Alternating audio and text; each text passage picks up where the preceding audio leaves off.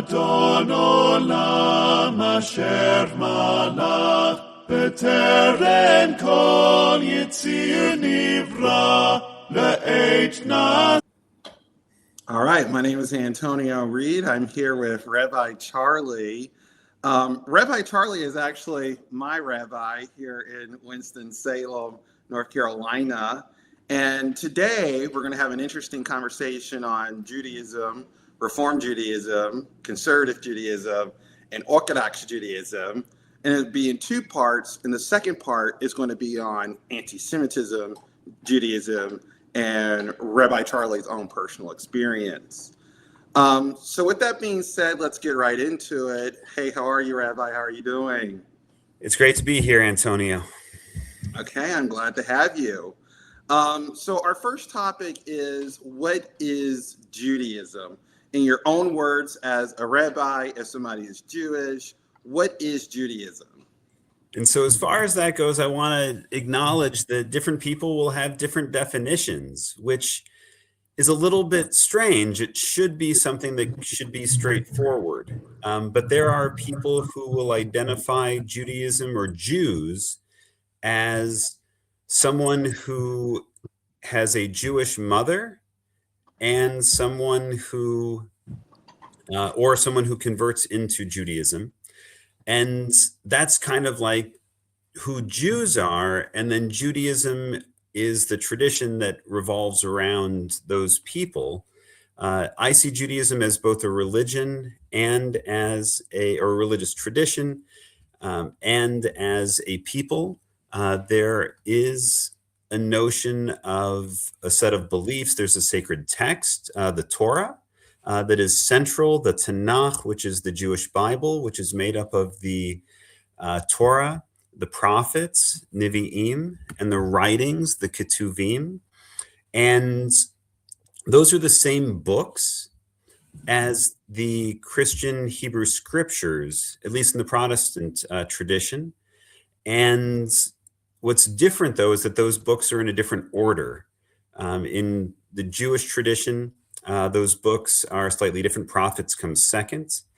And in the Christian tradition, the prophets come at the end. And there are ideological reasons for both as far as that goes. Sure, and we don't have to get into that in particular.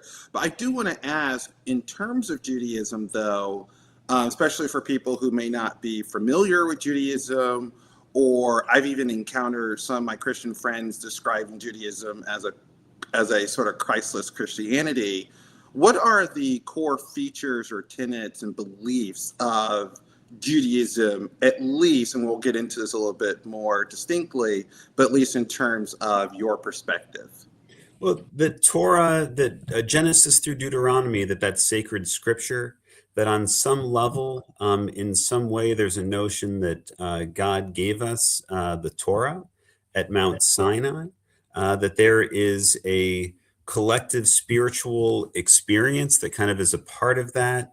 Different denominations will have different perspectives on what that looks like. But in all denominations of Judaism, the idea of Shavuot, which celebrates the giving of Torah, is a part of. That's one of the three pilgrimage festivals. Judaism also has a feature where it's not just what it says in the scripture.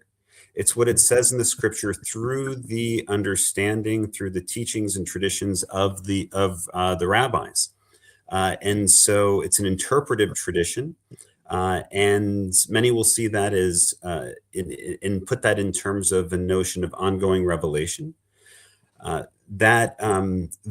that idea of it's not just what's in the Bible, it's not just what's in the Tanakh or the Torah, but that it's through that lens of rabbinic interpretation.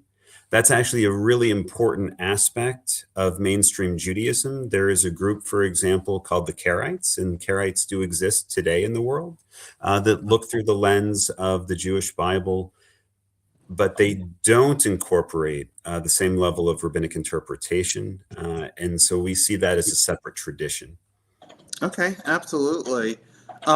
Well, so a Reformed Jew, from a Reformed Jewish perspective, getting into the history of Judaism, when would you say that Judaism began? When did Judaism begin? You see, that in and of itself is a great question, because some people would say, when you go back and you date different aspects of Jewish tradition, right, and you look at the Bible and you try to match it up with history, people will look at King David's reign as somewhere around 1000 BCE. They'll look at the Exodus from Egypt, and people will, like, it's not entirely 100% clear, but people will look to around like 1200 BCE if they're looking at this as a historical event. And people will also try to identify going through, because we know how long different patriarchs, for example, like Abraham, Isaac, Jacob, how long they lived, were given their dates. And so some people will try to identify Abraham in the 17 or 1800s BCE. So there's that kind of a notion. For me personally, when I look at Jewish tradition from a historical perspective, we know that the Torah was completed in the ballpark of 250 BCE, give or take, because we have a translation of it. And so we know that it was codified, that it was sacred to a community, sacred enough that it was worth translating. And so, and then we bring in Rabbinic Judaism. Rabbinic Judaism really develops in the time of, 50 BCE, give or take. Some will go a little bit earlier than that, but then it really progresses.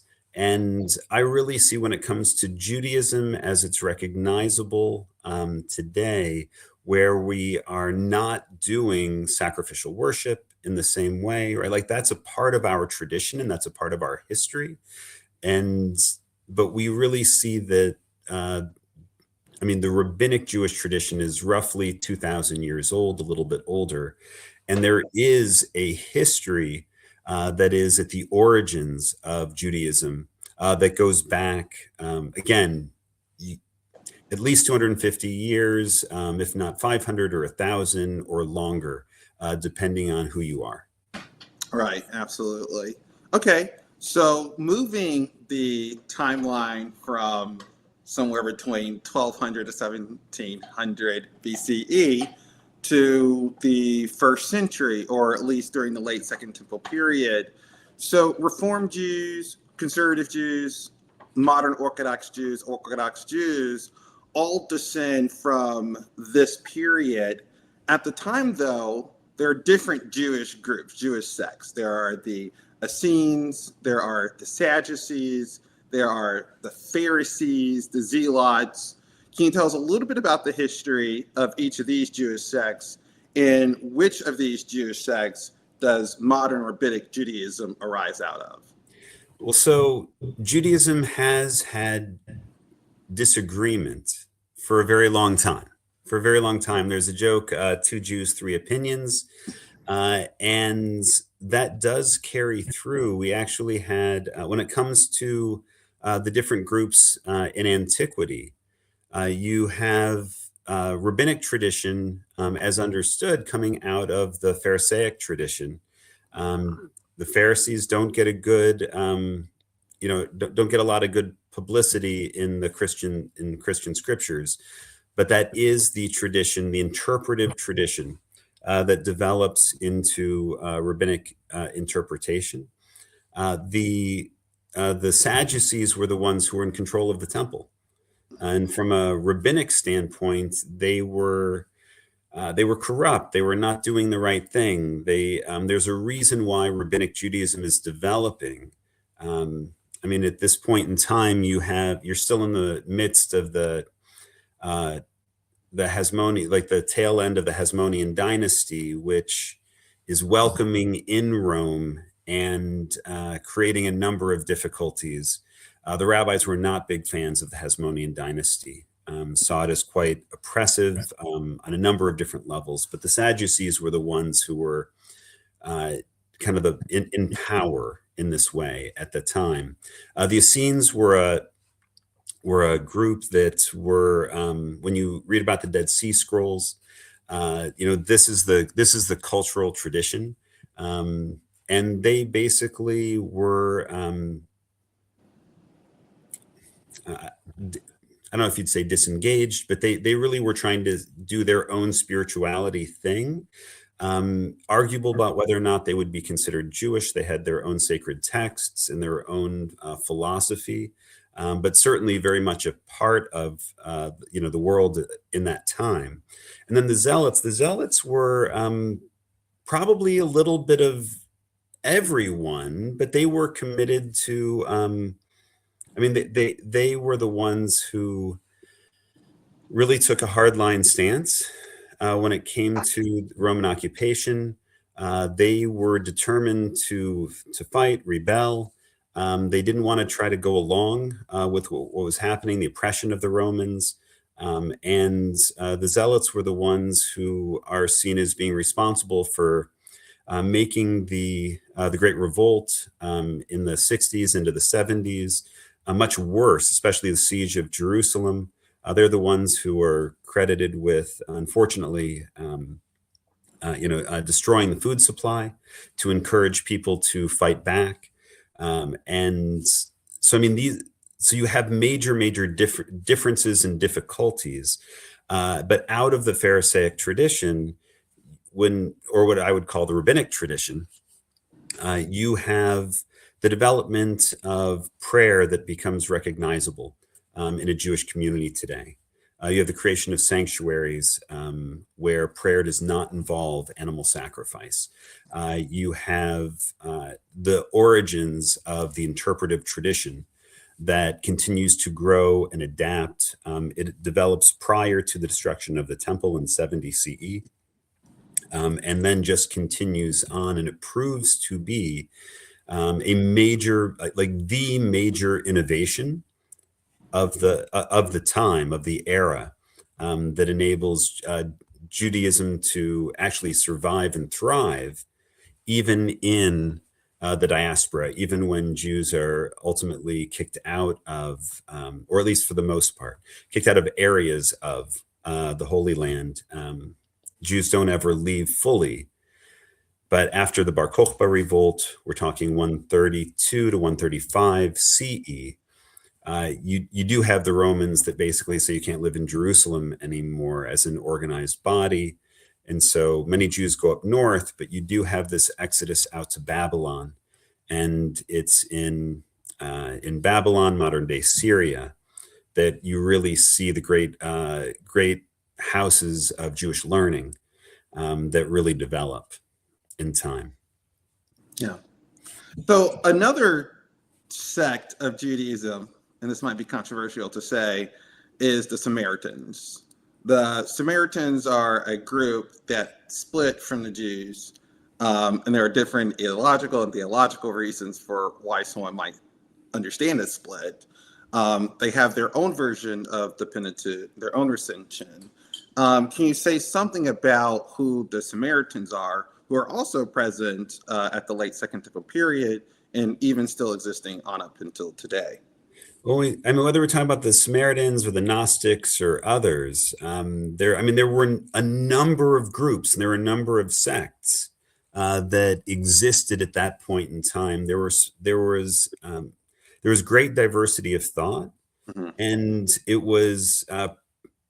there was great pressure because of the oppression of the Romans, and so that gave way, right? That kind of is the fertile ground for various types of spiritual exploration, I guess would be the best way to say that. And in terms of the specifics of the Samaritans, I don't have a lot of knowledge on them, and so Antonio, you actually might have more knowledge than I do on that specific topic. Okay. Well, yes, certainly. And there's a lot of controversy between the Samaritans and the Jews. Of course, they have their own mount for which they had their own temple, very controversially. And of course, they don't accept the prophets as Jews do today, which makes them very controversial, and nor do they accept the oral tradition. And from my perspective, I would say that doesn't for me, that's their tradition. Right. So it's not controversial unless they were trying to call themselves Jews. For them to call themselves Samaritans and for that to be their tradition that works for them, from my perspective, it's just not a Jewish tradition, just like the Karaites would not be a Jewish tradition. Karaites develop a little bit later. But the idea that there are different groups is, again, that's not a bad thing. There's a lot of people looking for that sense of spiritual connection. Yeah, absolutely. So now let's talk a little bit about post-temple Judaism, Reform Judaism, traditional Judaism. How does Judaism develop? You're already speaking about that just ago. But what happens to Judaism specifically after the destruction of the temple in 70 CE, more particularly after the Bar Kokhba revolt in 35? But Judaism has to adopt in the absence of a temple system and kind of recoup and rebuild what it means to be Jewish in Jewish communities. Because, of course, when the Romans destroy the temple, they don't just destroy the physical building, the temple, of course they do, but what they also do is try to destroy Jewish identity and certainly the Commonwealth of Israel. And that accumulates over the following 70 years from the destruction of the temple. So what happens to Judaism after the destruction of the Commonwealth and the temple? When I talk about how Rabbinic Judaism is the necessary innovation, when Judaism revolved around the temple, its holidays, its festivals revolved around temple sacrificial worship.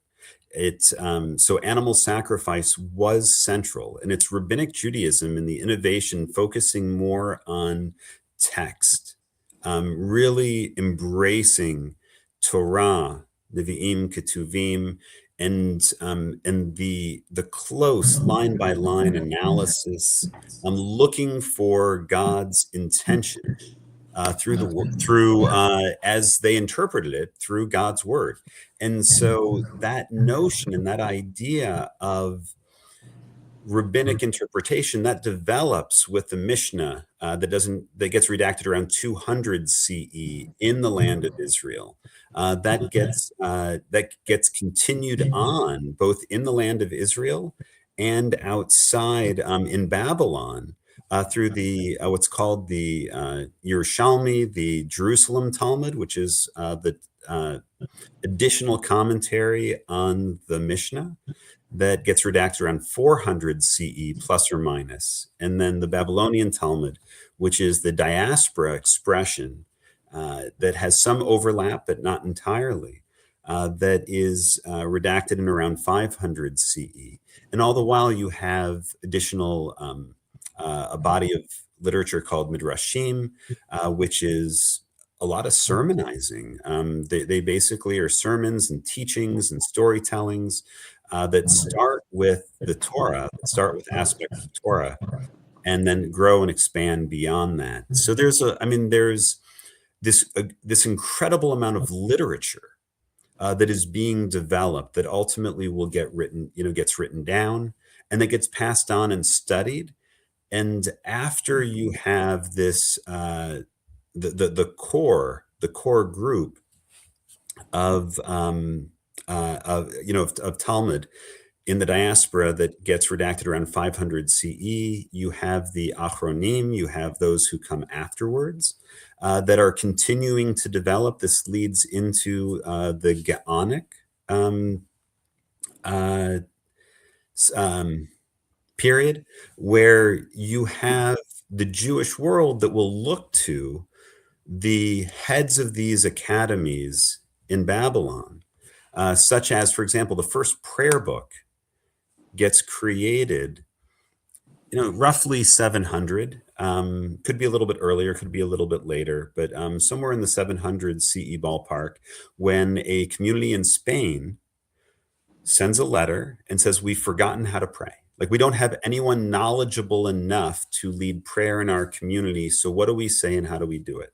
And so Amram Gaon He's the head of the academy. I don't remember if it's Pumbedita or Sura, but he's the head of one of the academies, and the Amram Gaon writes a letter, and that letter is essentially a prayer book, a Siddur, which lays out the order of Jewish prayers. This is what you do. This is what you say. And from that moment, you have additional prayer books that get written by different rabbis over time. And so you see this major expansion of Jewish thought. You have Jewish communities that are spreading out into Europe, into North Africa, that are spreading out into different aspects of the Middle East.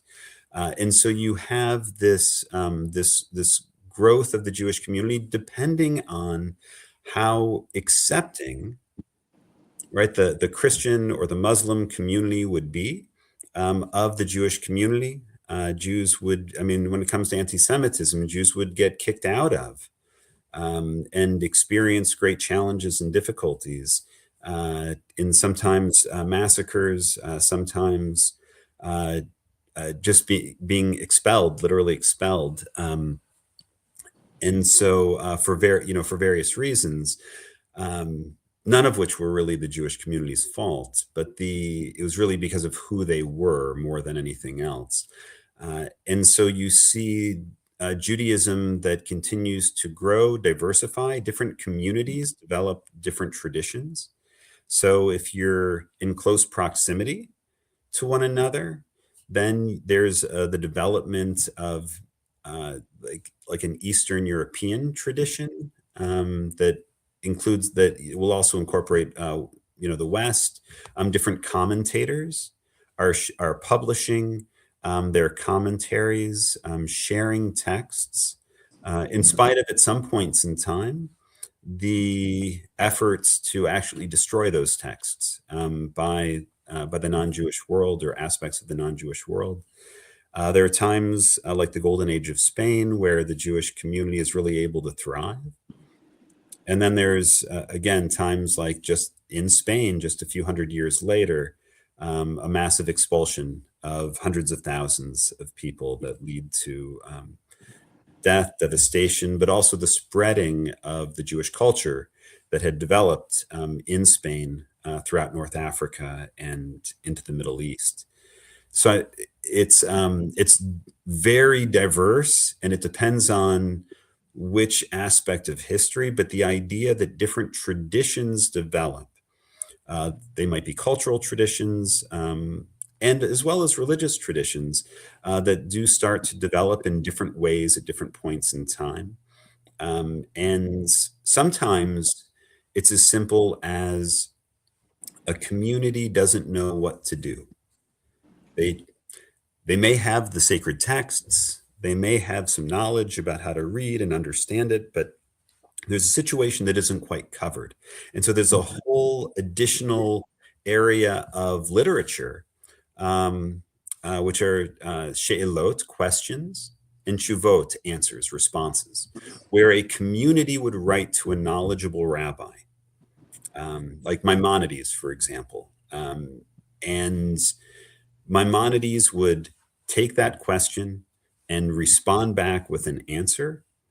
And that answer would generally be accepted by the community, and that's what they would follow. And it could be responsa literature. These questions and answers could be about matters of divorce. It could be about matters of business ethics, and how do we handle this kind of a situation. It's incredibly diverse on many different levels.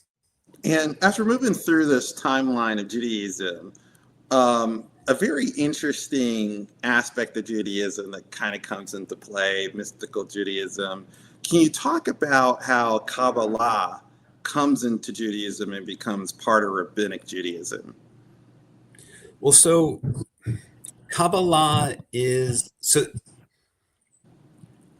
one way of looking at Kabbalah and the development of, and creation of Zohar. I mean, there's mystical traditions that go back to antiquity. Take a look at the books of Enoch. The books of Enoch can be understood as Jewish mystical tradition on some level, right? There's certainly people that understand it to be that. It's certainly based on Judaism.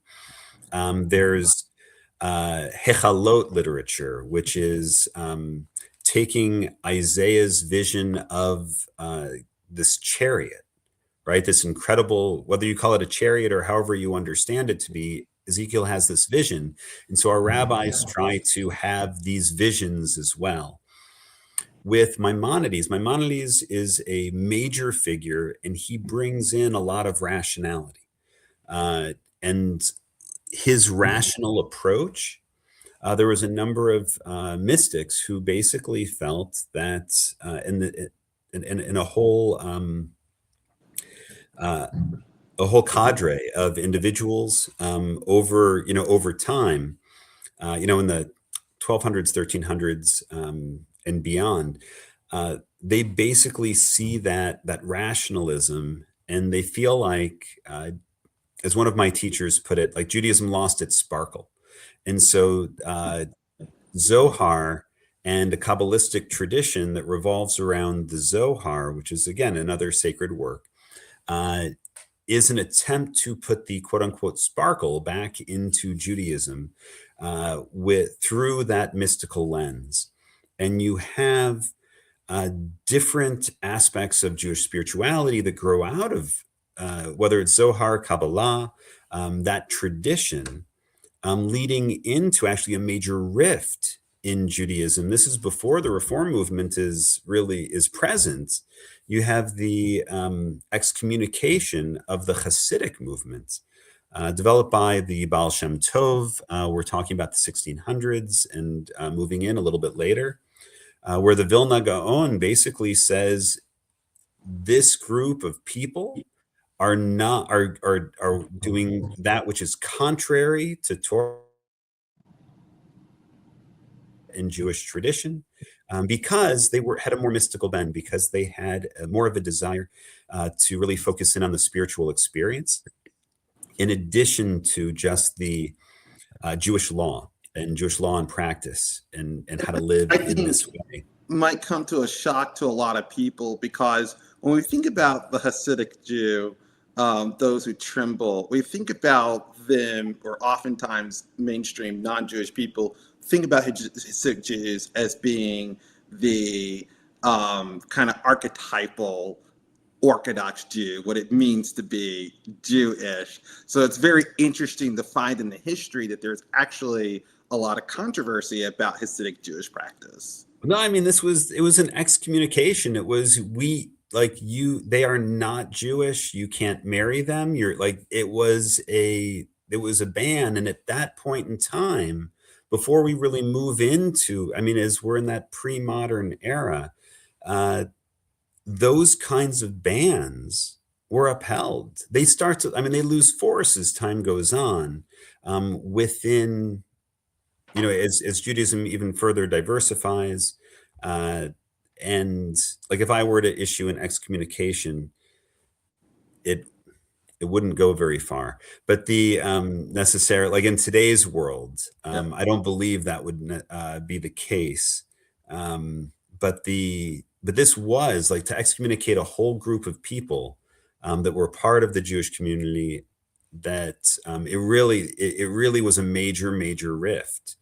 There's other aspects of mystical Judaism. It certainly feeds into the Messianism of Shabbatai Tzvi, and others, right? That come in around also that's in the 1600s as well. So you've got a lot of different kinds of a lot of different developments within Jewish tradition and history, that when it just on the religious expression, that's an outgrowth of the of different ways of how Judaism is being lived in different communities. What happens when they come together, when Jews get expelled from one place and they have to relocate, and they're looking for Jewish communities. There's a sharing of ideas and thoughts, some which might be accepted and some which might not. And so but Judaism does not remain static. throughout this process. There continues to be additional commentaries written from a very, very traditional standpoint, what we would consider to be a very traditional standpoint. And I think the greatest example is something like the Shulchan Aruch, which is literally means the set table. But what you have is you have the glosses of the commentaries on another work called the Tur that get written by Yosef Karo, who's living in the land of Israel. And when he publishes this about trying to organize and trying to wrap one's arms around Jewish practice and Jewish law, and this is what you do and this is what you follow. There's another rabbi in Poland, Rabbi Moshe Isserlis, who was trying to do the same thing, but he was doing it from the Ashkenazi community in Eastern Europe. And so this is where you have the Sephardi community or the Mizrahi community in the which are sometimes similar and sometimes different, depending on who you are. But Karo and Isserlis ends up saying, okay, Joseph Karo did this, Rabbi Karo did this, so I'm not going to rewrite it. I'm going to just comment and add my glosses and saying this is what we do in the Ashkenazi world when it comes to this. There was an acceptance that there were different ways of going about it. There was an acceptance and an understanding that different Jewish communities have different traditions. And the Shulchan Aruch is still widely seen as authoritative by much of the Orthodox world and studied by Jews from all different backgrounds today. Absolutely. So on that note, as we are kind of getting closer to modernity, when does Reform Judaism, Conservative Judaism, and modern Orthodox Judaism distinguish themselves? Well, it's interesting because prior to this, you didn't have Reform, Conservative, or Orthodox Judaism, period. Right. You had different cultural expressions. You had a different diversity amongst different communities. And all like Reform, Conservative, and Orthodox are all actually a reaction to modernity. Mm-hmm.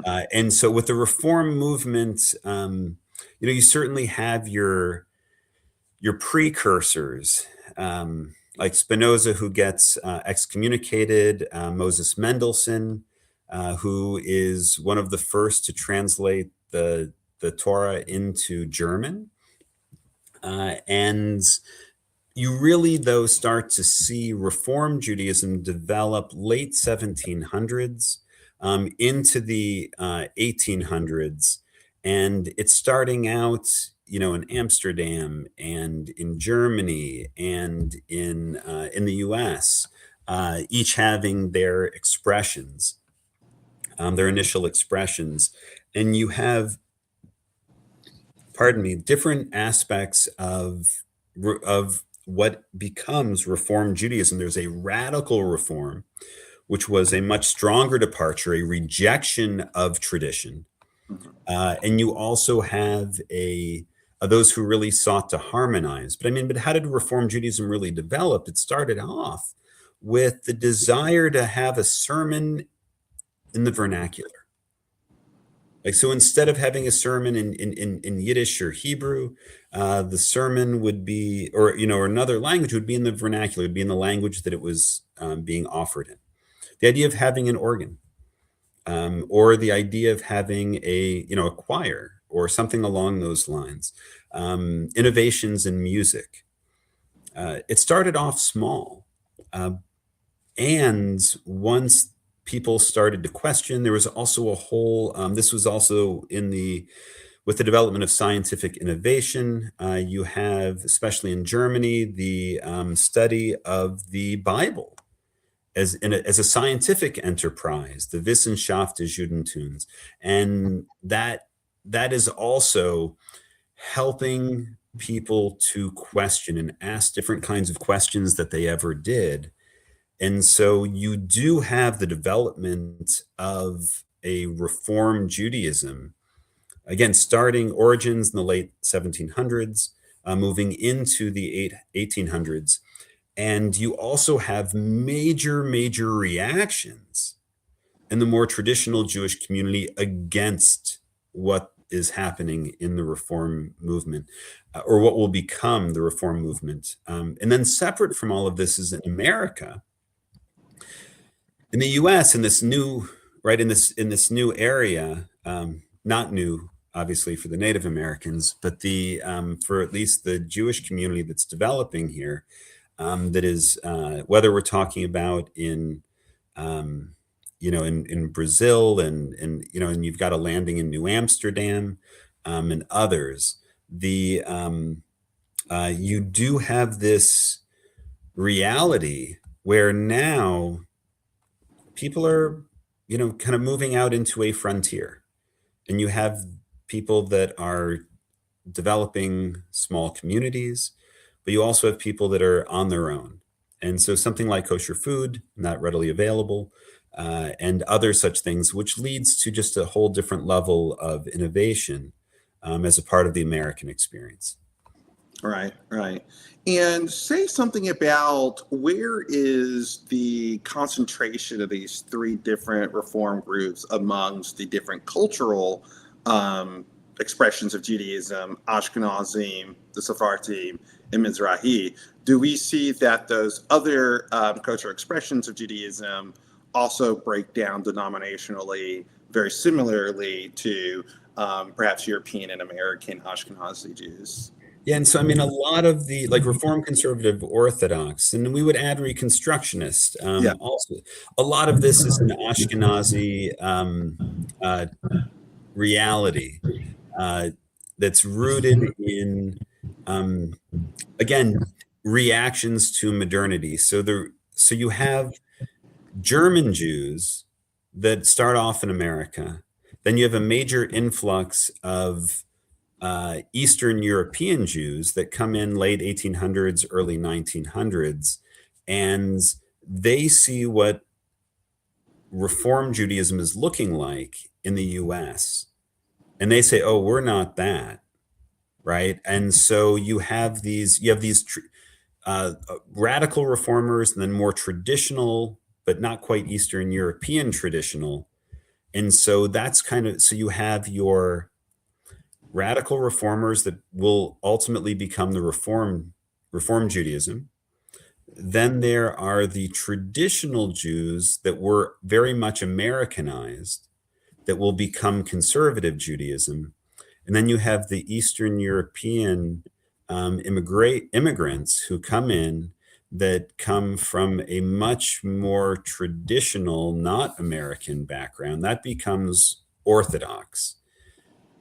And yet that's a very simplified and quick way of describing it. Around the time of the early 1900s, right? Mordechai Kaplan, who starts off in the conservative movement, ends up splintering off, creating Reconstructionist Judaism, with major innovations, understanding Judaism as a civilization, and removing all of the language in liturgy, and philosophically and theologically as well, of the notion of chosenness, of Jewish chosenness. And so that is its own movement as well, and has its own institutions. And so,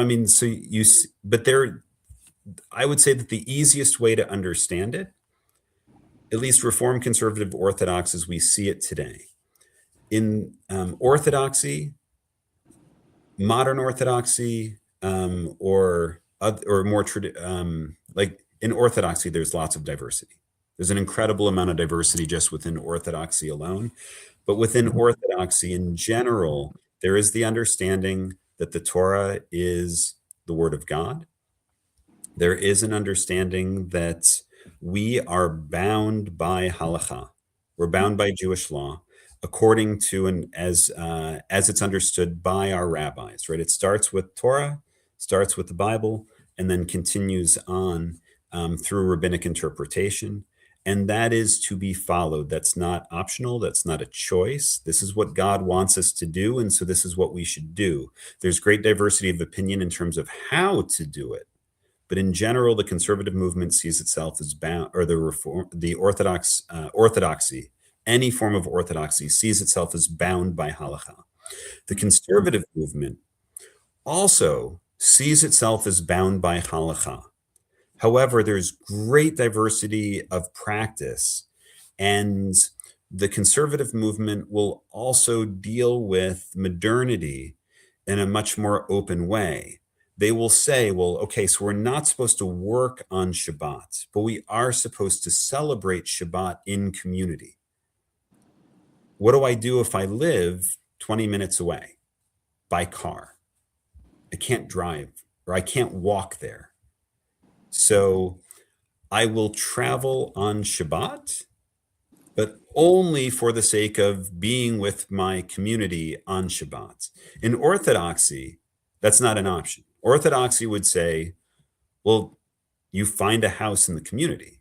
You find an apartment in the community. You don't drive on Shabbat. So the conservative movement would make some level of accommodation when you have two mitzvot, two commandments that kind of are battling one another. And then you have the Reform movement. The Reform movement does not see itself as bound by halakha. The Reform movement says that it's our obligation to study and understand all of Jewish tradition, all the mitzvot, all the commandments. We want to try to understand it all. And then we want to do and follow those traditions that bring meaning and purpose into our lives. And that's not just as individuals, but also as a community. There are things that people may or may not do as individuals, but do as a part of communal observance, because we say this is important for us as a community. At every level, Reform, Conservative, or Orthodox, you do have the continuation of she'elot and tshuvot. You still have the continuation of questions and answers about, in this situation, what do we do, and how do we do this as we confront, right, our modern realities. Cell phones didn't exist, for example, a few hundred years ago. And so what does Judaism say about that? What does Judaism say about lab-grown meat, right? Is it kosher? Is it not kosher? These are things, right? And what's ethical, right? So there's a lot of different ways that this can be understood, but that's, again, the quick overview to provide a little bit of distinction. Yeah. The last question I want to ask on this category, the difference between perhaps Reform Judaism and more Orthodox strengths of Judaism, is it Messianic? Is Reform Judaism a Messianic Judaism? Does it look to the sort of prophecies that we see in the Bible and Isaiah, the gathering of the exiles, the restoration of the state of Israel, the rebuilding of the temple, and of course, most prized, the coming of the Messiah? Is that a part of Reform Judaism? In terms of, yes. Yeah. And so let me just start by saying that you will see a number of differences just in terms of Reform, Conservative, and Orthodox, like when you walk in the building and when you experience a prayer service. There's various, a Reform service doesn't necessarily, but will most likely have more English than a Conservative or an Orthodox service. In a Conservative service, you are going to have a mostly traditional service, mostly in Hebrew, not entirely necessarily, but you're not usually going to see a mechitza divider between men and women. Within Orthodoxy, you will see a divider between men and women. But all services can be open and welcoming to visitors. It really just depends on the synagogue and that community. Some people are more open and more hospitable in nature, and others are less so. But in terms of the notion of Messianism, so I'd say that Judaism is Messianic in its tradition.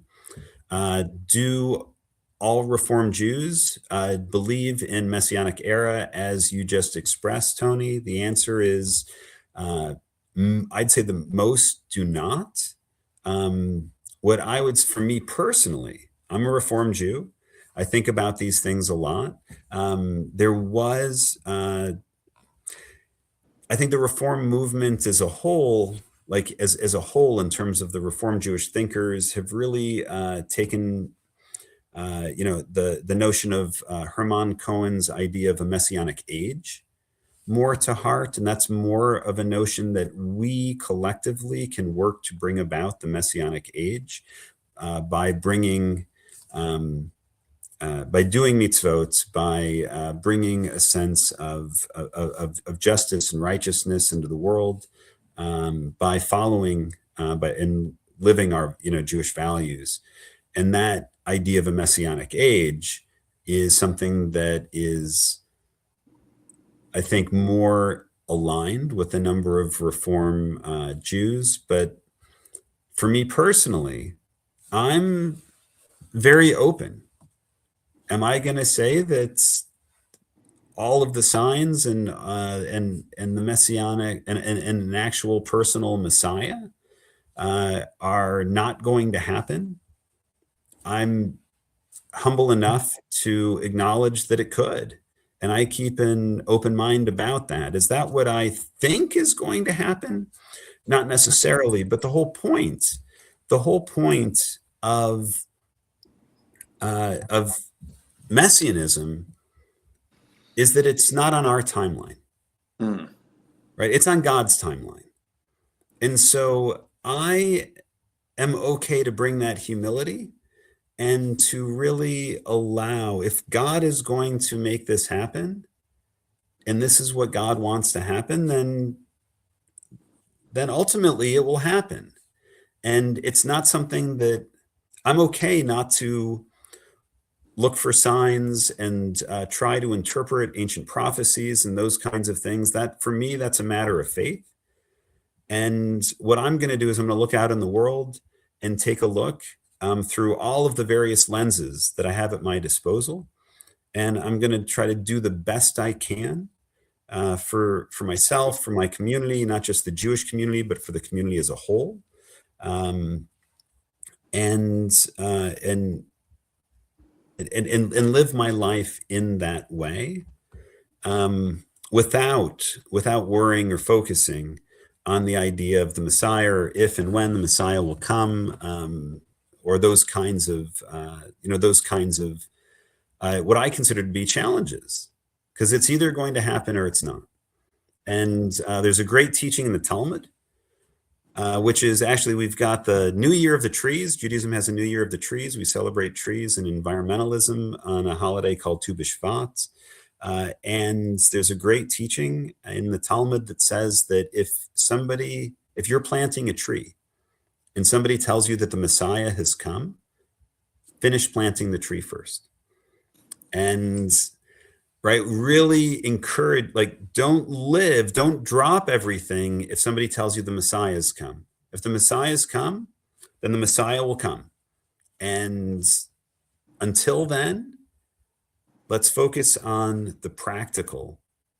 Let's focus on caring for the earth. Let's focus on caring for one another, right, across all boundaries. Let's focus on seeing one another as human beings first. And yes, we have lots of differences, and that's not a bad thing. We also have a lot of things in common as well. And so let's try to be a community in the best way that we can, all people, God willing, working together to care for one another. And that's the work that we try to do, that I try to do each and every day. Adonai, Elecha v'nashuva.